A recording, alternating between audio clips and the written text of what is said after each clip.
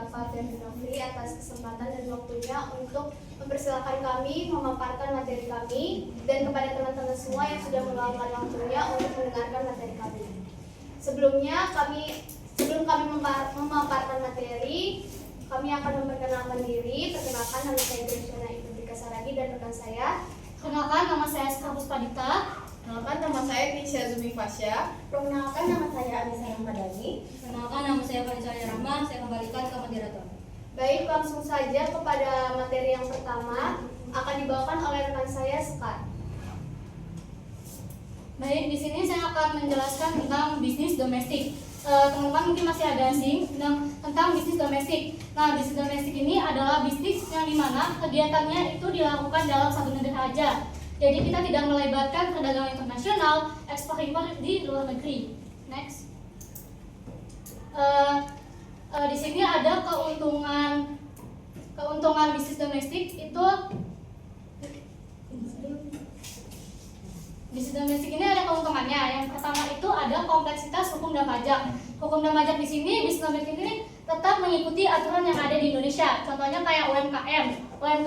Kita ngambil UMKM keripik singkong. UMKM keripik singkong ini tetap mengikuti aturan yang ada di Indonesia dengan izin dari produk industri rumah tangga sesuai dengan resmi dari Dinas Kesehatan untuk memproduksi minuman dan makanan yang ada yang dijual oleh usaha kecil-kecilan atau usaha rumahan. Contohnya itu UMKM yang tadi. Lalu yang kedua, itu ada resiko keuangan yang lebih rendah. Kenapa resiko ini lebih rendah? Karena itu tidak dipengaruhi oleh fluktuasi kurs dolar ataupun mata uang asing. Contohnya misal kita membeli bahan baku keripik singkong tadi, itu kita hanya menggunakan mata uang rupiah, tidak menggunakan mata uang asing. Lalu yang ketiga, itu ada lebih paham tentang selera pasar lokal. Jadi UMKM ini bukan hanya sekedar menjual, tapi dia juga melihat tren global dari masyarakat Indonesia ini sukanya varian pedas misalnya. Jadi dia membuat keripik singkong yang variannya pedas. Lalu yang keempat itu ada operasional lebih rendah. Operasional lebih rendah ini di sini UMKM tidak menggunakan logistik internasional. Jadi kalau misalnya mengirimin produk keripik singkong yang keluar kota, itu cuma pakai produk lokal. Jadi nggak pakai logistik internasional. Next. Lalu untuk kita tahu bisnis domestik ini, kita bisa melihat ciri-cirinya. Yang pertama itu didirikan di negara sendiri karena fokusnya hanya dalam satu negara aja. Lalu yang kedua itu ada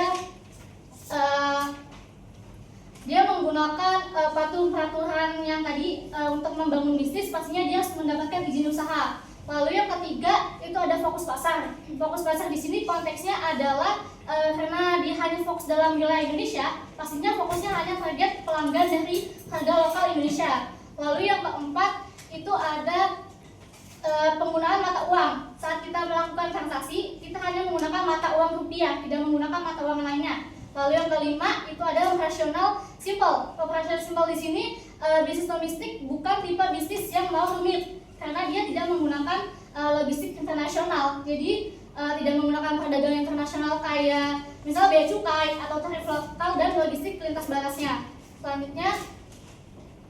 Selanjutnya itu sebagai pelaku usaha untuk membangun bisnis, pastinya dia menggunakan strategi untuk mengembangkan bisnisnya. Yang pertama itu ada ekspansi luar kota. Jadi saat contohnya kita pelaku usaha ini punya toko kue. Toko kue ini dia bisa membuka cabang barunya di luar kota untuk menjangkau pelanggan baru lainnya.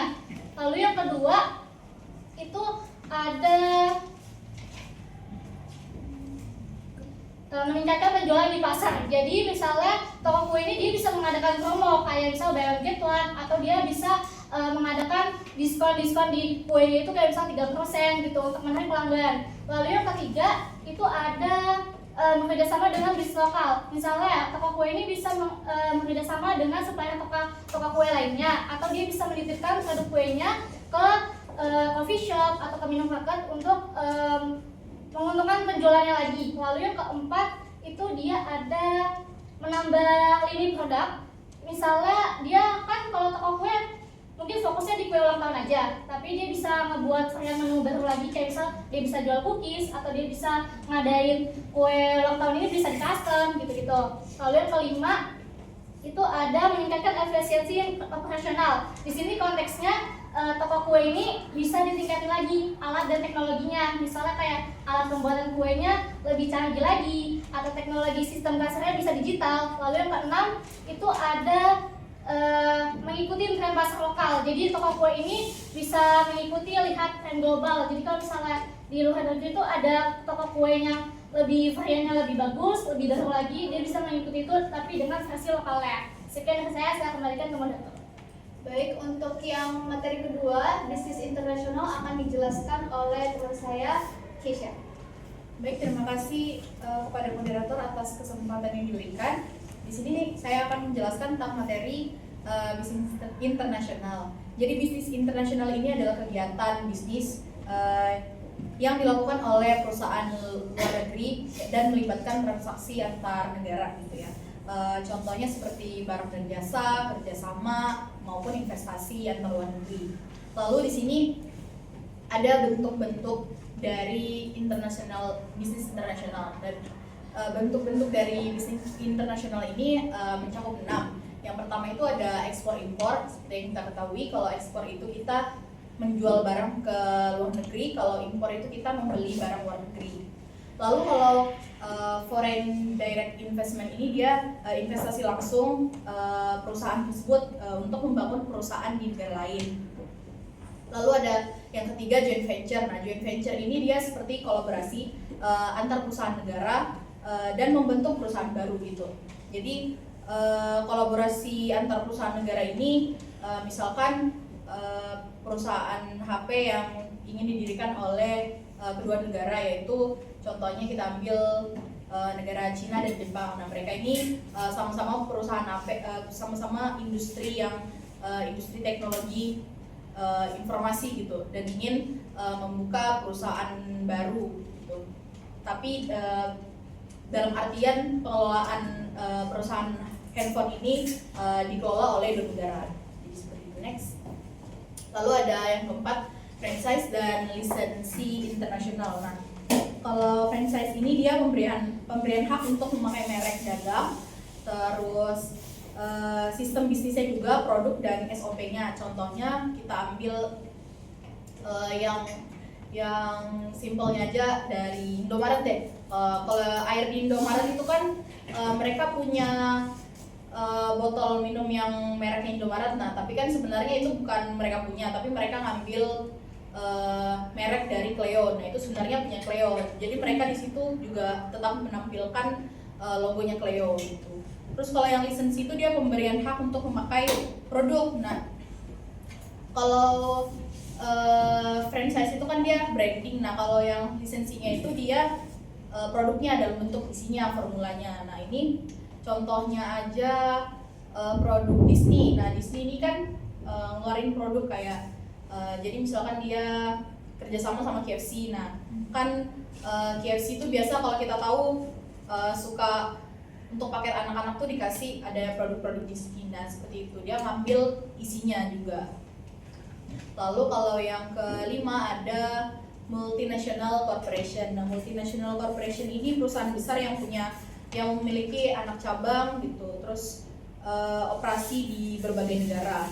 Lalu yang keenam ada outsourcing dan offshoring. Nah, outsourcing ini dia penyerahan sebagian aktivitasnya kepada perusahaan luar negeri. Lalu kalau offshoring itu dia hanya pemindahan sebagian operasi ke negara lain, tetapi tetap dikendalikan oleh perusahaan besar tersebut. Jadi bedanya kalau outsourcing itu dia penyerahan sebagian aktivitasnya, kalau offshoring itu dia cuman pemindahan doang. Misalnya entertainment dari Korea gitu. Nah, entertainment dari Korea ini kan misalkan dia di outsourcing. Nah, outsourcing untuk penyerahan sebagian aktivitasnya. Nah, dia ini kan punya entertainment yang paling besar tuh di Korea, tetapi dia punya anak cabang juga di Indonesia, di Filipina, di Inggris, di London itu ada. Tuh, maksudnya itu. Jadi untuk mengcasting orang dari negara-negara lain itu lewat anak cabangnya dulu, lewat pengoperasional dari negara-negara tersebut, nanti baru dikirim ke perusahaan besar tersebut. Contohnya seperti itu. Next. Lalu ini ada International Business Environment atau lingkungan bisnis internasional. Nah, lingkungan bisnis internasional ini adalah seluruh faktor lingkungannya itu mempengaruhi operasi perusahaan ketika masuk ke pasar global, baik itu kita lihat dari kondisi politik, ekonomi, sosial, budaya, dan juga hukumnya.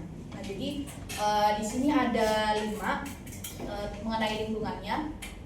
Yang pertama ada lingkungan ekonomi. Seperti yang kita ketahui kalau lingkungan ekonomi itu kan mencakup tentang sistem keuangannya dan juga sistem perekonomian dari suatu negara tersebut, baik dari PDB-nya atau produk domestik brutonya, dari kursnya atau dari inflasinya. Lalu kalau yang kedua itu adalah lingkungan politik. Nah, lingkungan politik ini dia melihat stabilitas pemerintahnya atau hukum perdagangan suatu negara.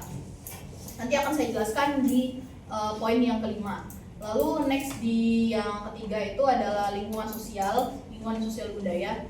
Nah, jadi teman-teman, lingkungan sosial budaya ini misalkan kita ingin buka suatu perusahaan di Amerika gitu, kita ini harus tahu budaya lokalnya itu seperti apa, kebiasaannya seperti apa. Karena mohon maaf sebelumnya, kalau kita tahu ini kan Amerika itu negara yang mohon maaf rasis. Nah, jadi supaya apa produk kita tuh bisa diterima mereka tanpa kita dirasisme gitu. Lalu yang keempat ada lingkungan teknologi. Nah, lingkungan teknologi ini di mana perusahaan kita itu juga harus mampu atau memiliki kemampuan mengembangkan teknologi yang ada sampai saat ini, atau biasa kita sebut era digitalisasi. Lalu yang kelima itu adalah lingkungan hukum dan regulasi. Nah, lingkungan hukum dan regulasi ini sama seperti yang lingkungan politik, tidak jauh berbeda.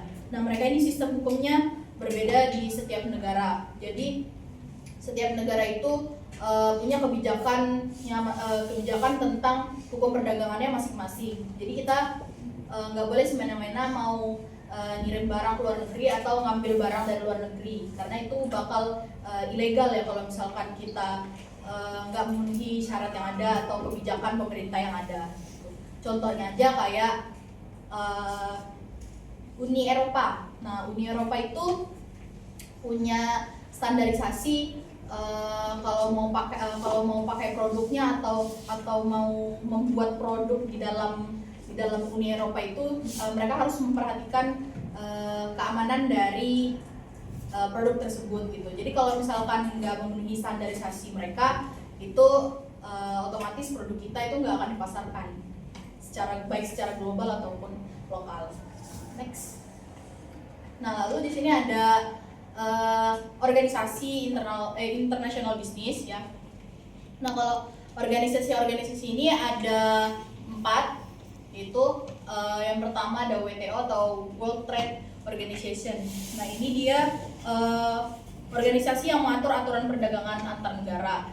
Terus kalau IMF, International Monetary Fund, dia ini fokus pada stabilitas keuangan global. Lalu kalau World Bank itu dia seperti bank pinjaman antar negara, tetapi bedanya kalau World Bank ini jika suatu negara pinjam, mereka itu nggak akan dapat bunga ataupun hibah, karena seperti tujuan mereka itu yaitu untuk mensejahterakan perekonomian suatu negara tersebut. Lalu kalau yang terakhir ada ASEAN, NAFTA atau USMK, itu dia salah satu beberapa organisasi yang ada di dunia untuk mengatur kestabilan perekonomian perdagangan mereka, yang dimana sistem perdagangan bebas mereka ini boleh didagangkan secara bebas, tetapi berdasarkan anggota-anggota di dalam negara tersebut. Contohnya aja ASEAN ini kan Asia Tenggara ini kan besar ya teman-teman.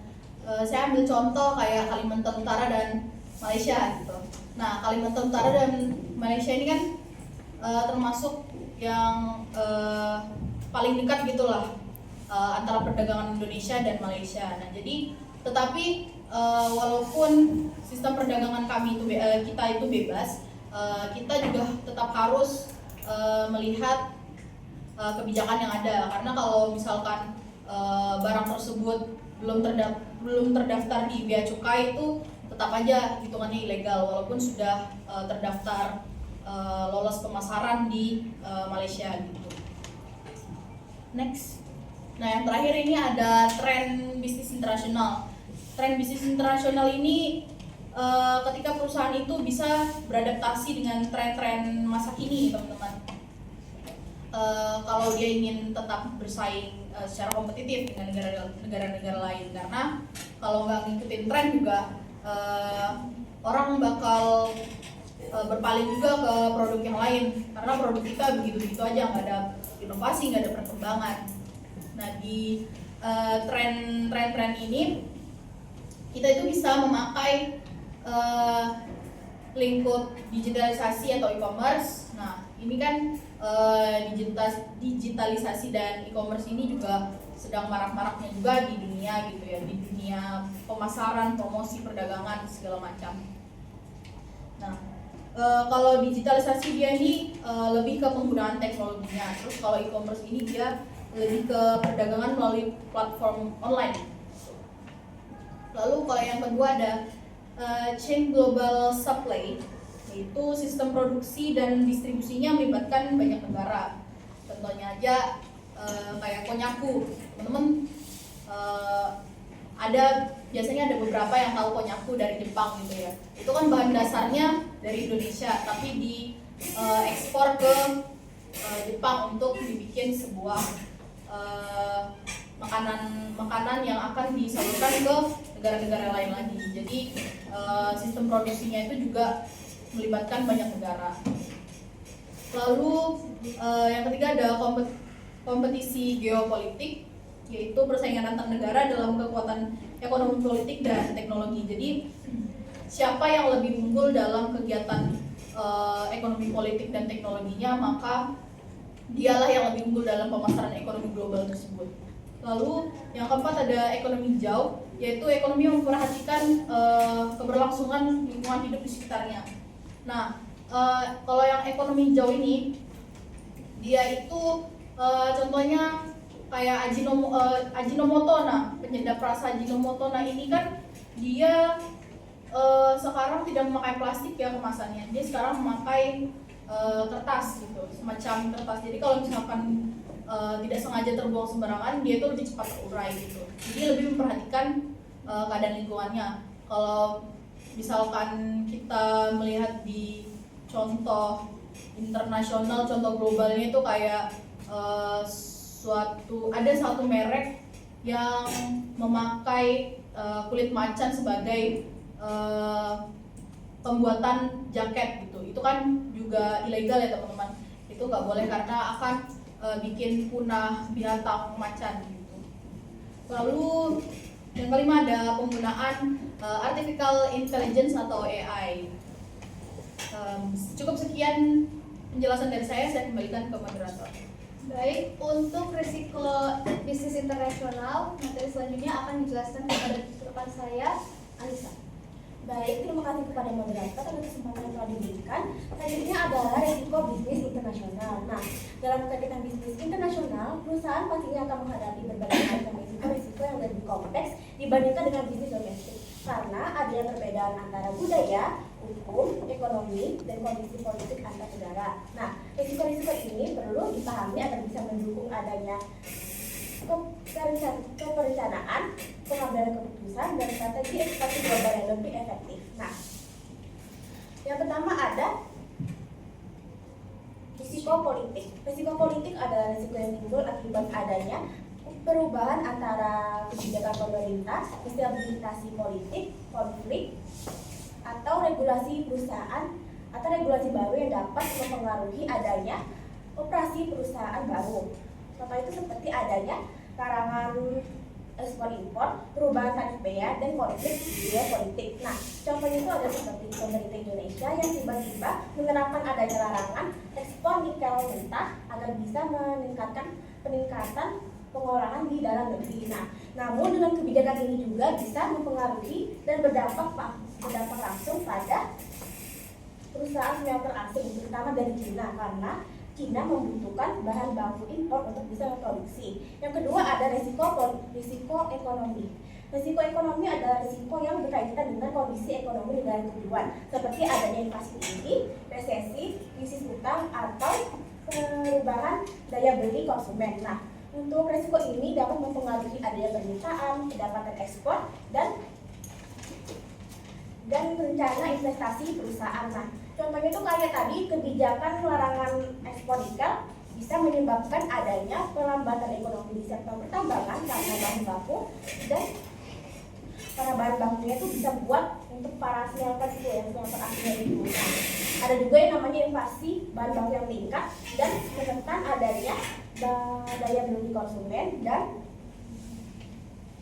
menurunkan permintaan barang hasil pengolahan logam tersebut. Yang ketiga ada ekonomi. Yang ketiga ada risiko nilai tukar. Nah, risiko ini tuh terjadi karena adanya fluktuasi kurs mata uang, di mana jika perubahan nilai mata uang itu bisa mempengaruhi keuntungan ekspor atau justru malah meningkatkan biaya impor. Nah, contohnya itu kayak ada fluktuasi rupiah terhadap dolar di Amerika Serikat yang menyebabkan biaya impor bahan baku menjadi lebih mahal untuk atau bagi perusahaan smelter asing yang terkena larangan ekspor tersebut. Yang keempat ada risiko hukum dan regulasi. Risiko hukum regulasi ini adalah perbedaan antara bisnis, persamaan standar keamanan produk, perizinan, dan kebijakan perdagangan antar negara. Nah, kalau peraturan-peraturan tersebut tidak dilakukan, maka bisa menyebabkan adanya denda, penarikan produk, atau larangan beroperasional kembali. Nah, contohnya ini ada kayak perubahan regulasi mendadak terkait Contohnya itu perubahan regulasi mendadak terkait larangan ekspor nikel, atau ada juga yang namanya pengetatan aturan lingkungan, sehingga perusahaan harus bisa menyesuaikan perizinan dari standar dan produksi kembali. Next. Yang kelima ada resiko sosial dan budaya. Nah, pada resiko ini itu memiliki perbedaan antara bahasa, norma, nilai, preferensi konsumen, hingga bernegosiasi yang bisa mempengaruhi adanya pemasaran dan aktivitas operasional. Kegagalan memahami budaya itu bisa menurunkan adanya pemasaran dan citra perusahaan. Contohnya itu kayak ada contohnya penolakan masyarakat lokal terhadap aktivitas pertambangan atau smelter berdampak langsung pada keberlangsungan proyek. Yang keenam ada resiko finansial dan pembayaran. Nah, pada resiko ini dia itu memiliki kegagalan pihak pembeli internasional dalam melakukan pembayaran karena adanya hambatan transfer dana atau kenaikan biaya logistik atau kredit. Contohnya itu seperti adanya konflik sosial dan ketidakpastian politik yang menyebabkan adanya perlambatan ekonomi dan pembayaran dari mitra bisnis lokal hingga menyebabkan adanya hambatan dana transfer lokal. Yang ketujuh ada risiko operasional dan logistik, di mana untuk risiko ini itu meliputi adanya risiko transportasi jarak jauh, keterlambatan pengiriman, biaya logistik tinggi, atau gangguan dalam rantai pasok global. Contohnya itu ada seperti gangguan pengiriman bahan baku. Contoh itu seperti adanya gangguan pengiriman bahan baku atau pengiriman produk ke luar negeri karena adanya akibat dari protes sosial atau konflik yang bisa menyebabkan terhambatnya rantai pasok global. Sekian yang saya jelaskan, saya kembalikan ke moderator. Baik, untuk materi yang terakhir, kebijakan bisnis akan dijelaskan oleh rekan saya, Kanisa. Baik, terima kasih moderator atas kesempatannya. Di sini saya akan menjelaskan tentang kebijakan yang ada di Indonesia dalam konsep bisnis internasional. Yang pasti untuk kebijakan sendiri itu pengertiannya suatu peraturan atau regulasi yang diatur oleh pemerintah untuk mengatur hubungan ekonomi yang ada di Indonesia dengan negara lain. Di sini saya paparkan ada 3 kebijakan. Yang pertama adalah perizinan berbasis resiko, di mana kebijakan ini menyederhanakan proses perizinan usaha dengan menyesuaikan jenis izin berdasarkan tingkat resiko kegiatan bisnis. Melalui sistem OSS, investor asing dapat memperoleh izin usaha lebih cepat dan juga prosedur yang lebih ringkas. Contohnya itu seperti perusahaan retail asing yang ingin membuka toko roti di Jakarta. Nah, karena perusahaan retail ini termasuk kegiatan bisnis yang tingkat risikonya sangat rendah, jadi mereka hanya mengurus nomor induk berusaha atau NIB melalui proses atau sistem OSS tanpa sistem izin yang rumit. Jadi misalkan ada perusahaan yang risikonya menengah, itu mereka harus mengurus NIB tadi, nomor induk berusaha, serta sertifikat standar. Tapi kalau misalkan risikonya tinggi, mereka harus membuat NIB tadi dan juga surat izinnya yang harus lengkap. Lalu yang kedua itu ada modal minimum untuk investor asing, di mana regulasi ini menurunkan modal setor minimum oleh perusahaan asing tersebut itu menjadi 2,5 miliar rupiah. Sehingga perusahaan Indonesia lebih mudah diakses oleh investor asing, pengusaha kecil dan menengah yang ingin masuk ke pasar Indonesia. Contohnya itu perusahaan startup teknologi Singapura yang ingin masuk ke Indonesia dengan modal setor minimal 2,5 miliar rupiah. Nah, maka dari itu mereka bisa membangun atau mendirikan PT PMA tersebut tanpa harus memiliki modal puluhan miliar seperti peraturan yang ada sebelumnya. Lalu yang ketiga itu ada kebijakan pajak minimum global, di mana aturan ini tuh mewajibkan perusahaan multinasional untuk membayar pajak minimum sebesar 15% di Indonesia untuk mencegah penghindaran pajak dan juga memastikan negara tetap memperoleh penerimaan pajak dari aktivitas bisnis global. Contohnya perusahaan multinasional yang beroperasi di Indonesia seperti perusahaan teknologi global, di mana mereka tidak bisa lagi mengalihkan laba mereka ke negara yang pajaknya rendah. Jadi mereka tetap harus wajib membayar pajak minimal 15% di negara di mana perusahaan tersebut dibangun. Sekian dari saya kembalikan ke moderator. Baik, di sini kami mempunyai studi kasus, dan studi kasus yang kami angkat ini dari perusahaan Apple. Perusahaan Apple ini adalah perusahaan teknologi multinasional yang bergerak di lebih dari 100 negara yang ada dari Amerika Serikat dan dibangun tahun 1976 oleh Steve Jobs, Steve Wozniak, dan Ronald Wayne. Apple ini diketahui karena produknya seperti iPhone, iPad, MacBook, Apple Watch, AirPods, dan digital service-nya yang lain seperti iCloud, Apple Music, dan App Store. Apple ini mempunyai masalah mempunyai masalah seperti risiko operasional, yaitu ketergantungan pada perusahaan Cina sebagai pusat produksinya, karena lebih dari 90% komponen yang ada di iPhone ini itu dirakit di Cina.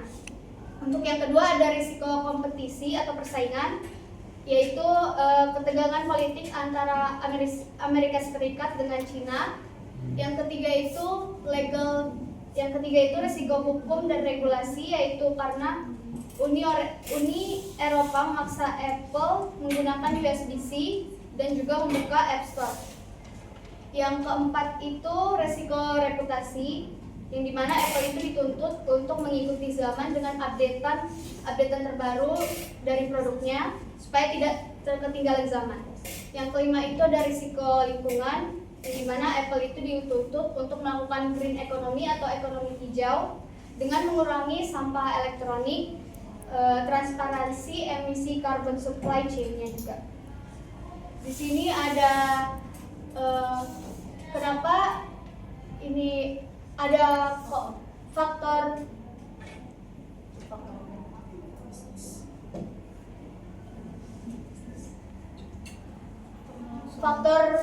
kompetitif bisnis ini. Yang pertama ada ketergantungan Cina sebagai pusat produksi, karena yang tadi saya jelaskan 90% komponen yang diproduksi itu dari Cina. Yang kedua itu ada resiko geopolitik, karena ketegangan AS atau Amerika Serikat dengan Cina itu bisa menjadi pembatasan chip atau komponen sensitif atau yang penting lainnya, dan juga ancaman larangan mengimpor teknologinya. Yang ketiga itu ada resiko nilai tukar karena fluktuasi dolar, yuan, yen, dan euro itu harga Apple itu menjadi naik di berbagai negara. Dan karena biasanya kalau yang kita tahu kalau harganya itu naik, pasti peminatnya akan turun kan. Dan yang keempat itu regulasi di Eropa yang meminta Apple dituntut untuk meminta Apple menggunakan USB-C ataupun membuka App Store itu. Yang kelima, permasalahan logistik itu logistik global karena ketegangan AS dengan China itu jadi kerjasama mereka itu bisa terhambat dan produksi yang tadi 90% komponennya itu dari China itu bisa terhambat, jadi produksi Apple itu tidak maksimal. Yang keenam itu kritik lingkungan yang menuntut Apple itu untuk melakukan ekonomi hijau dan hubungannya dengan materi kami kali ini itu yang pertama itu bentuk bisnis internasionalnya itu yaitu outsourcing dan offshoring, produksi yang dilakukan di China dan di India ini, dan dengan ekspor impor. Biaya yang kedua itu ada organisasi internasional yaitu lingkungan politik, ekonomi, dan teknologi. Baru yang ketiga ada tren bisnis internasional yaitu WTO yang mengatasi sengketa dagang Amerika Serikat dengan China itu mengenai tarif impor teknologi yang bisa berdampak kepada Apple, dan juga IMF atau World Bank yang menjaga stabilitas ekonomi negara yang mempengaruhi penjualan Apple-nya. Dan yang terakhir resiko bisnis internasional yaitu resiko nilai tukar, resiko politik, resiko regulasi, resiko logistik, dan resiko ekonomi global.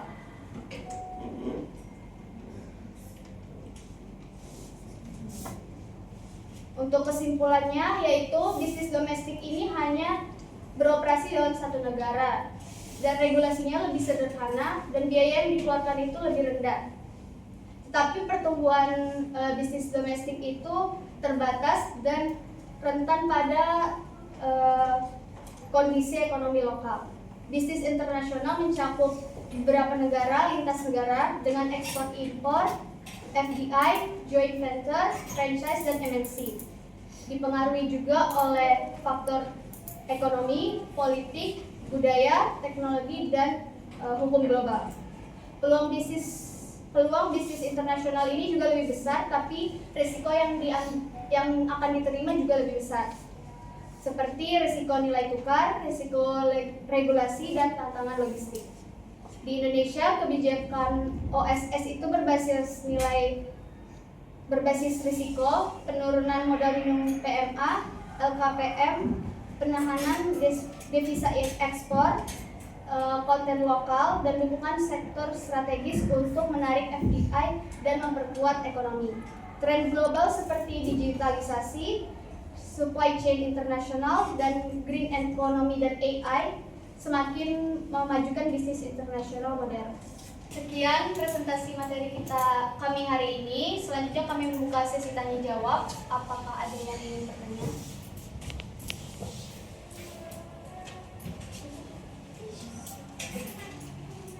Silakan Kartika. Oke, baik, terima kasih kepada kelompok 5 telah memberi kesempatannya. Jadi pertanyaan saya, tadi kan pada penjelasan bisnis domestik itu katanya bisnis domestik itu cuma beroperasi dalam satu negara, tidak berhubungan langsung dengan negara lain. Nah, menurut kalian tuh apakah bisnis seperti ini tuh jadi terlalu merasa nyaman karena dia tuh hanya beroperasi pada pasar dalam negeri sehingga tidak berkembang dan akhirnya tuh tertinggal dalam persaingan global. Kalau misalnya iya, apa langkah yang bisa dilakukan supaya bisnis domestik ini tidak tertinggal dan bisa terus maju menghadapi persaingan yang makin luas? Gitu sih. Baik, terima kasih Kartika atas pertanyaannya. Untuk pertanyaannya akan kami tampung dahulu. Apakah ada yang ingin bertanya lainnya? Untuk Keisha, silakan. Baik, untuk kelompok 5, pertanyaan saya kan tadi sudah dijelaskan dari ketiga kebijakan yang ada di Indonesia. Nah, salah satu dari ketiga itu, di bagian ketiga itu kan kebijakan minimum global atau OECD yang kalau di Indonesia itu dikenakan pajak minimum sebesar 15%. Nah, alasannya itu kenapa selain mencegah menghindari pembayaran pajak atau agar bisnis itu tetap berjalan dengan lancar, dan berapa pajak maksimum yang dikenakan di Indonesia atau yang pajak lebih besar yang dikenakan di Indonesia. Terima kasih. Terima kasih Keisha untuk pertanyaannya. Apakah masih ada yang ingin bertanya? Baik, untuk Sabrina silakan.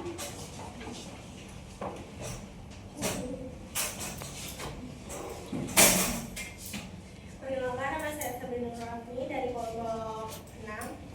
Pertanyaan saya, menurut kalian bisnis mana yang bisa memasuki pasar global di era digital ini dan contohnya itu seperti apa? Itu saja pertanyaan saya. Terima kasih. Terima kasih Sabrina atas pertanyaannya.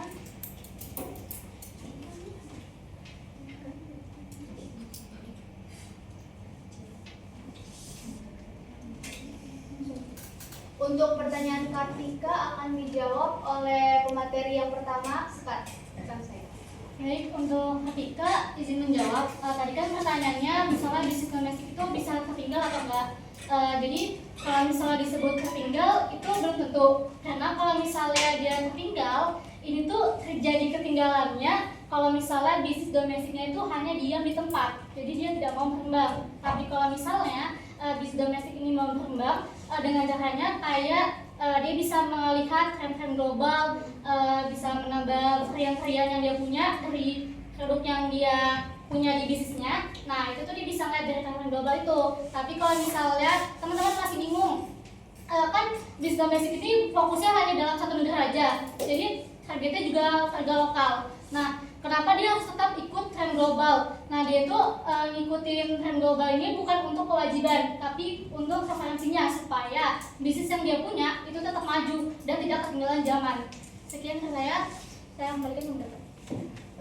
Baik, untuk Kartika, apakah jawaban dari kelompok kami bisa sudah menjawab pertanyaannya? Oke, baik. Jadi jawabannya sudah cukup menjawab dari pertanyaan saya. Terima kasih. Terima kasih. Untuk pertanyaan Keisha akan dijawab oleh pemateri kita yang terakhir, Vanessa. Baik, terima kasih moderator. Ingin menjawab bagaimana tadi pertanyaannya di kebijakan yang ketiga, pajak minimum global. Itu pertanyaan alasan yang lain kenapa pajak minimum global ini ada di Indonesia selain untuk mencegah pengejaran pajak. Jadi alasan lainnya itu pasti agar bisa menjamin negara seperti Indonesia itu tuh bisa memperoleh penerimaan pajak yang adil. Itu yang pertama. Lalu yang kedua, karena penerimaan pajak itu adil atau secara merata, itu bisa mendorong kesetaraan ekonomi global. Lalu yang ketiga, itu bisa menciptakan persaingan pajak yang sehat antar negara. Lalu yang keempat itu ada meningkatkan penerimaan negara berkembang. Lalu tadi pertanyaannya selanjutnya, apakah ada batas maksimum untuk pajak tersebut atau istilahnya yang lebih besar pajaknya? Sebenarnya kalau dari pengertian sendiri, menurut saya minimum kan 15%, berarti setidaknya atau paling sedikit itu 15%, berarti mau lebih dari itu tuh sebenarnya nggak apa-apa. Dan itu kebijakannya tergantung pada negara tertentu, jadi tergantung negara itu sendiri tuh mau seberapa banyak, entah cuma 20% atau 30%. Dan yang bisa diambil contoh dari Indonesia itu seperti pajak penghasilan. Itu kalau untuk PPh badan yang saya pelajari, yang saya dapat itu sekitar 22% untuk pajaknya. Jadi saya kembalikan ke moderator. Baik, untuk Keisha, apakah jawaban dari kelompok kami sudah bisa menjawab pertanyaannya atau ingin disanggah atau ditanggapi? Baik, jawabannya sudah tepat dan sesuai dengan pertanyaan saya. Dan sebelumnya saya Keisha Zara Fadila dari kelompok 3. Terima kasih. Terima kasih Keisha. Dan untuk pertanyaan terakhir dari Sabrina akan dijawab oleh pemateri yang kedua, rekan saya, Keisha. Baik, terima kasih moderator atas kesempatan yang diberikan. Terima kasih atas pertanyaannya Sabrina. Saya izin menjawab karena ini mengenai materi saya, yaitu tentang bisnis internasional. Tadi kan pertanyaannya bisnis apa sih yang bisa masuk ke dalam bisnis global beserta contohnya. Jadi seperti itu kan. Nah, jadi seperti yang kita ketahui, kalau mau masuk ke dalam dunia bisnis global ini, kita harus tahu dulu bisnis internasional itu seperti apa, karena kalau bisnis internasional ini kan sangat jauh berbeda dengan bisnis domestik yang sekitaran bisnisnya itu hanya di lokal daerah negara tersebut saja. Berbeda dengan bisnis internasional ini yang dimana mencakup berbagai negara. Nah, kalau untuk contohnya sendiri itu kita bisa ambil contoh perusahaan hiburan, perusahaan hiburan ini kan juga salah satu bisnis yang marak ya, apalagi tentang K-pop atau lagu-lagu dari orang-orang Amerika gitu, itu kan lagi tren juga zaman sekarang itu. Nah, kalau untuk contoh dari usaha hiburan ini sendiri, itu bisa masuk ke dalam bentuk bisnis internasional di outsourcing dan offshoring. Nah, di mana outsourcing ini dia penyerahan aktivitas perusahaan besarnya itu kepada anak cabangnya yang di negara-negara lain gitu. Kalau yang offshoring itu dia pemindahan sebagian operasi ke negara lain, tapi masih dalam pengendalian perusahaan yang paling besar itu. Nah, itu juga salah satu contoh bisnis internasional yang masuk ke dalam bisnis global gitu, yang terbesar gitu loh. Salah satunya itu yaitu perusahaan hiburan. Seperti itu saja yang dapat saya sampaikan. Saya kembalikan ke moderator. Baik, untuk Sabrina, apakah jawaban kami sudah cukup menjawab pertanyaannya atau ada yang ingin disanggah atau ditanggapi? Menurut saya jawabannya udah menjawab pertanyaan saya. Terima kasih. Terima kasih. Sekian presentasi dan tanya jawab kami pada hari ini. Mohon maaf jika ada salah kata. Selamat siang. Wassalamualaikum warahmatullahi wabarakatuh. Waalaikumsalam.